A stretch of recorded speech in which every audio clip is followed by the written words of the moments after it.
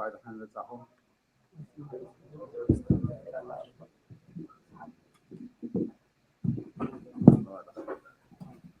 قاعد حنلصقهم صبوا ليلة نالبات ብዙሕ ግዜ ብሚድያ ምስ ሰብ ዝራኸብ ነይረ ሕጂ ከዓ ብኣካል ምሳኻትኩም ምርኻበይ ኣብ ዕድል ይስማዓኒ እቲ ዕድል ዝሃብኩምና ከዓ እዞም ሰናዳእቲ ብጣዕሚ መስግን ፓውሎ በሃል ምናልባት ሰሚዕኩም እንተኮንኩም ኣብ ብዙሕ ግዜ ኣብዚ ናይ ማሕበር ባሕረኛታት እየ ዝነጥፍ ምስ ተላይቲ ፍትሒ ከዓ ኩሉ ግዜ ብሓንሳብ ኣለኹ ማለት እዩ ፍሉይ ዝገብሮ ናይ ሎሚ ዓንቲ ዝሓሸ ወይ ካልእ ሓሳብ ሓድሽ ከምፅእ ዘይኮነ እቲ ዝኸይድ ዘሎ ቃልሲ ካብዚ ናበይ ንዝብል እዩ ሕጂ እንታይ ተሪፍና ዘሎ እቲ ዝግበር ኩሉ ጌርናዮ ኢና ስለዚ እቲ መወዳእታ ሸትኡ ኣበይ ክበፅሕ ንዝብል ቃልሲ ብሓንሳብ ኮይና ክንሪኦ ኢና ምናልባት እቲ ኣብ ደገ ዘሎ ክእመን ዝግብኦ ነገር ወይ ክግበር ዝግብኦ ነገር ናይ ደገ እቲ ክግበር ዝፀንሐ ብሓንሳብ ዝገበርናዮ መወዳእትኡ ክኸውን ዘለዎ ኣብ ዓዲ እዩ ንሕና እውን ካብቲ መከራ ክንገላገል እቲ እንኮ መበገሲ ናይዚ ኩሉ መከራ ዝኸውን ዘሎ እቲ ስርዓት እዩ ስለዚ መወዳእታ ናይዚ ቃልሲ እዚ ካብዚ ናበይ ንዝብል ነገር ንዕኡ ምናልባት ደኣ የለብልናን ፓወርፖይንት ገይረ ሰሪሕ ዘይመፅእ ነይረ በአጋጣሚ የለን ኣብ ዝተፈላለየ ምንቅስቃሳት ዝፀናሕና ብሓንሳብ ኣብዚ ዝኸይድ ዘሎ ማዕበል ተሳቲፍና ውፅኢቱ ከዓ ብሓንሳብ ዝረኣናዮ ዓብይ ኮይኑ ፀኒሑ ማለት እዩ እዚ ሓደ ፍሉይ ነገር ኣብ ኤርትራ ዘሎ ስርዓት ነቶም ተቃወምቲ ጥራሕ ዘይኮነ እንኮላይ ነቶም ናቱ ደገፍቲ ከይተረፈ ከም ፀላኢ ዝርኦም ነቶም ተቃወምቲ ጥራሕ ኣይኮነን እንኮላይ ነቶም ደገፍቲ ከይተረፈ ከም ፀላኢ ዝርኦም መርኣያ ናይዚ ከዓኒ ንዝሓለፈ 30 ዓመት ወይ ልዕሊኡ ዝወሰደ ናፅነት ኤርትራ ንምምፃእ ኣብ ብረታዊ ቃልሲ ዝሓለፉ ገዳይም ተጋደልቲ ስንኩላን ብኣልማማ ብጭካነ ክቐትል ክርሽን ርኢና ኢና ስለዚ ቀንዲ ፀላኢ ናይ ህዝቢ ኤርትራ ናይዚ ስርዓት እዚ ወይ ዝፈርሖን ኣብ ዓለም ኣሎ ዝብሎ ፀላኢ ዝብሎ እቲ ቀንዲ ኣስጋኢ ንዕኡ ዝኾነ ህዝቢ ኤርትራ እዩ ኣብ ቀረባ ግዜ ዝረኣናዮ ተመክሮ እንድሕር ርኢና ምስቲ ደመኛ ፀላኢና ኢትዮጵያውያን ኢሉ ክጉስኩስ ዝሓለፎ ግዜ ኣብቲ ሕማቕ መዓልቲ ንታሪክ ናፅነት ንክብረት ኤርትራ መስዋእቲ ዝሓለፉሉ መዓልቲ 20 ሰነ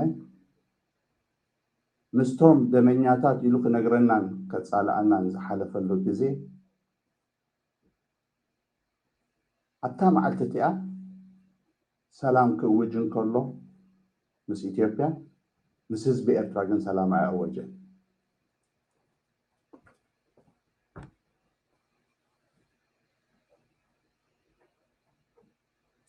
ጸሎት ክገብሩ ኣብ ገዝኦም ተዓፅዮም ዝረኸቦም ዝኣሰሮም ድሕርቲ ሰላም እንተኾነ እውን ኣይፈትሖምን ስጋሕ ሕጂ ቤት ማእሰርቲ እዮም ዘለዉ ጭካነ ናይቲ ስርዓት እቲ ኣብ ርእሲ ህዝቢ ኤርትራ እንኮ ፀላኢኡ ምዃኑ ዝረኣናሉ ግዜ እንድሕር ኣስተውዒልና ኣለና እቲ መዓልቲ 20 ሰነ ምስ ኢትዮጵያ ሰላም ዝበለሉ እዋን ምስ ዝኾነ ሓይሊ ኣብ ዝኾነ ግዜ ሰላም ክገብር ፀገም የብሉን እንታይ ደኣ ምስ ህዝቢ ኤርትራ ሰላም ከይገብር ወሲኑ እዩ ውፅኢቱ ከዓ እዚ ንሕና ሕጂ ንሪኦ ዘለና ማለት እዩ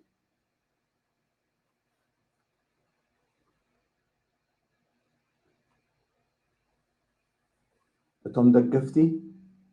ኣገልገልቱ ስጋዕ ዝኾኑ ጥራሕ ዝሓልየሎም ኣገልገልቱ ስጋዕ ዝኾኑ እንኮላይ እቶም ደገፍቲ ጸላእቱ እዮም ኤርትራውያን ስጋዕ ዝኾኑ ዝኾነ ይኹን ሓይሊ ኣንጻር ህዝቢ ኤርትራ ንዝኾነ ተገልቢጡ ሰላም ክገብር ምስኡ ፀገም የብሉን መንታን ባይታ ንኸይረክብ ህዝቢ ኤርትራ መቃለሲ ባይታ ንኸይረክብ እምበኣር ንሕና እንታይ ኢና ክንገብር ዘለና ካብ ሕልፍ ተሞክሮታት ናይ ቃልሲ ሓደ ካብቲ ዘጋጠመና ኣብ ሓደ እዋን ባይታ መቃለሲ ክንደሊ ኣብ ኢትዮጵያ ከርተት ንብል ነርና ኣብ ሓደ እዋን ኣብ ሱዳን ከርተት ንብል ነርና ገለኹም ምናልባት ኣብኡ ዝነበርኩም ተሳተፍኩም ክትህሉ ትኽእሉ ኢኹም ኣብ ሓደ እዋን ምናልባት ድኾን ይኾን ጅቡቲ መፅለሊ ክትኮነና ትኽእል ንቃልሲና ሓሲብና ምክንያቱ ኣብ ጅቡትን ኤርትራን ኣብ ፅልኢ ስለ ዝነበሩ እንታይ ኣጋጢሙ ጅቡታውያን ብርግፅ ንኢሳያስ ኣይፈትዎን እዮም ናይ ዶብ ግጭት ነይርዎን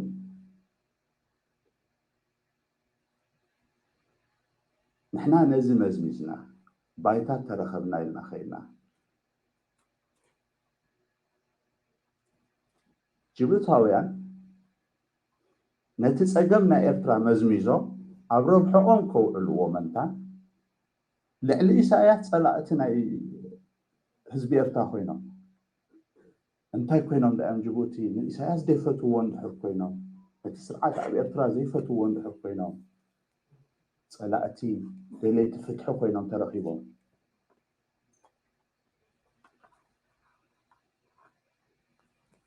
ኢልና መስሓተትና ብሰንኪ ኣብ ኤርትራን ኢትዮጵያን ዘሎ ኩናት ብዝተፈጠረ ዕድል ጅቡቲ ተጠቃሚት ኮይና ኣላ ምክንያቱ እቲ ወደብ ክልተ ናይ ኤርትራን ናይ ባፅዕን ናይ ዓሰብን ኢትዮጵያ ስለዘይትጥቀመሉ ጅቡቲ እንታይ ኮይና ኣላ ተጠቃሚት ኮይና ኣላ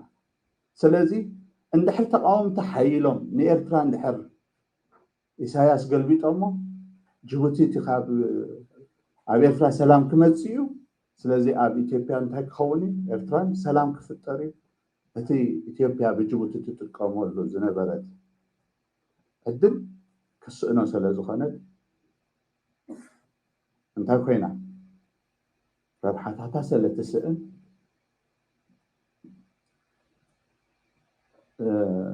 ኣንጻር ደለይቲ ፍትሒ ኸይዳ እምበኣር ንሕና ደለይቲ ፍትሒ ኣበይ ቦታና ክኸውን ዘለዎ ኣበይና ባይታ ክንፈጥር ዘለና ኣበይና ክንቃለስ ዘለና ነቲ ዝምድናታትና ከመይ ጌርና ኢና ክንሪኦ ዘለና ምስ ጎረባብትና ከመይ ኢልና ኢና ባይታ ረኺብና ክንቃለስ ንኽእል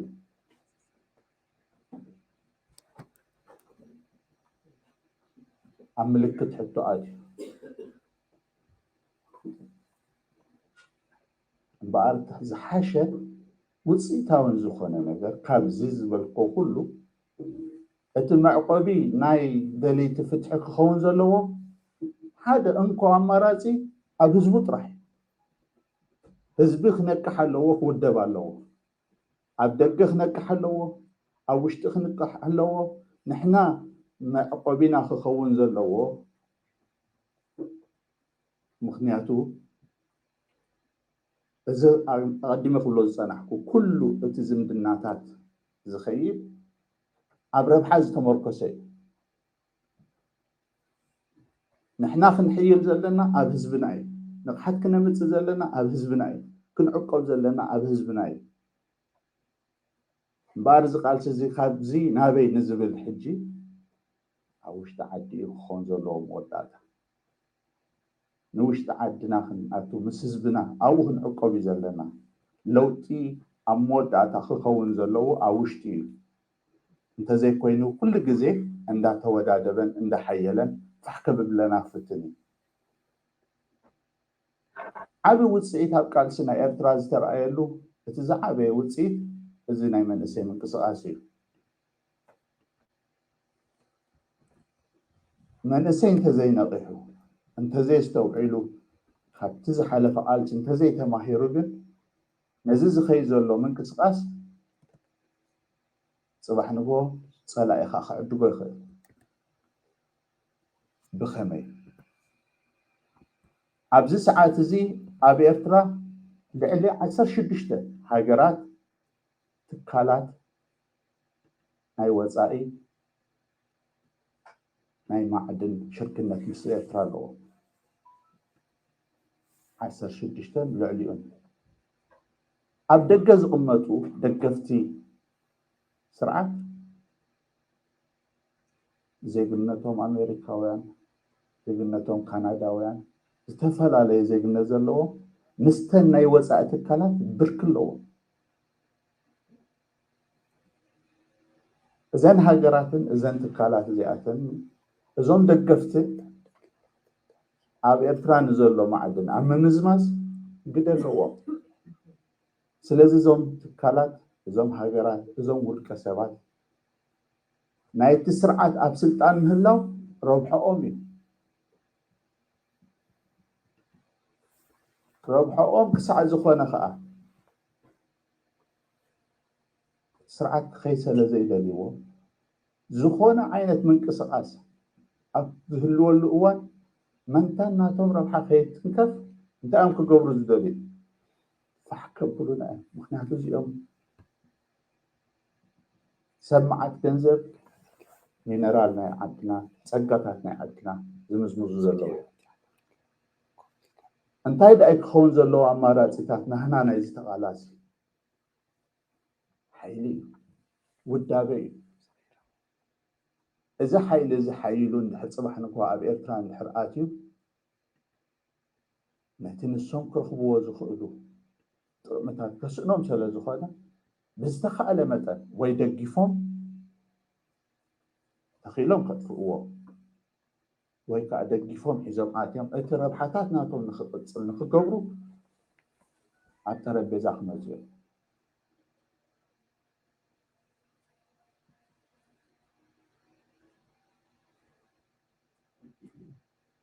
ሓይሊ ናብ ጠረጴዛ የመፅእ እዚ ዝኸይድ ዘሎ ቃልሲ እንድሕር ሓይሉ ተሰማዕነት ንረክብ እዚ ዝኸይድ ዘሎ ቃልሲ ብፍላይ ኣብ ኤርትራ እንድሕር ኣትዩ ፍታሕ ንክመፅእ ሓገዝ ንክንረክብ ተሰማዕነት ንክንረክብ ኣብ ኢድ ናይዚ ነፍሲ ወከፍ ተቓላሳይ እዩ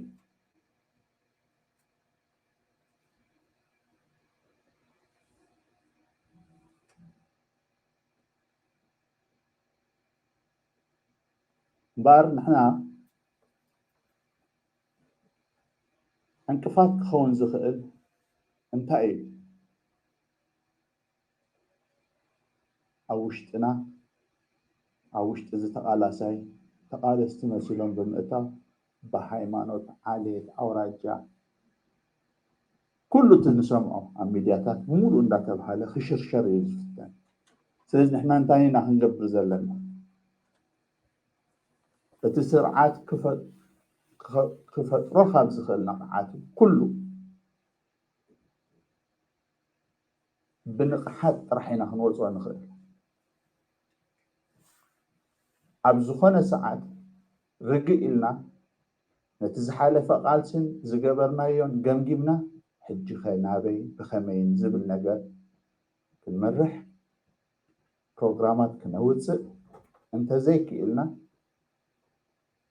ክንውደብ እንተዘይክኢልና ፀላኢ ብቐሊሉ ኣንፈት ናይቲ ቃልስና እዚ ክጨውዮ ይኽእል ስለዚ ብልዑል ጥንቃቐን ውዳበን ኣካይዳና ካብዚ ሕጂ ሒዝናዮ ዘለና መወዳእታ ኣበይ ክኸውን ዘለዎ ዝቃልሲ እዚ ባይታ ኣበይና ክንረክብ ዘለና ምስቶም ባይታ ንገብረሎም ኣካላት ከ ኣብ ምንታይ ዝምስረት እቲ ዝምድናታትና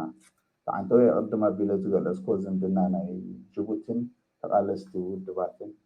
ዝተፈጥረ ፀገም مس كلهم قربابتنا يكون كارت حيلتات نقبرو زمدنا تنكا أزملقا نقحات زلوان تزي كوينو اتينا هنا نايك ألسي جميرو وزلو معبن وقليلو خيشو يخيل كله في خير فزي كابزي نابي نزب النجار سرح يدلي فقط صادر ركباتن نقحاتن يدلي تتريفو دلو حجي أنفت نايزي معبد زي أوشت إيرتران نخخون قال ستاتنا خنحيل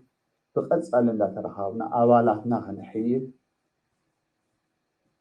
من قح كبغزا خاي جمر سدرا بيتاتنا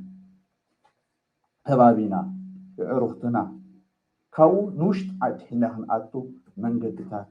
مقياس كدينا فزي تانايتي لما أنتي ملأختي حصر بزبالة كابزي نابي زبالي تقالسنا حتى رئيتان بيرنا خانا سفحو تسفى قبر يغني اللي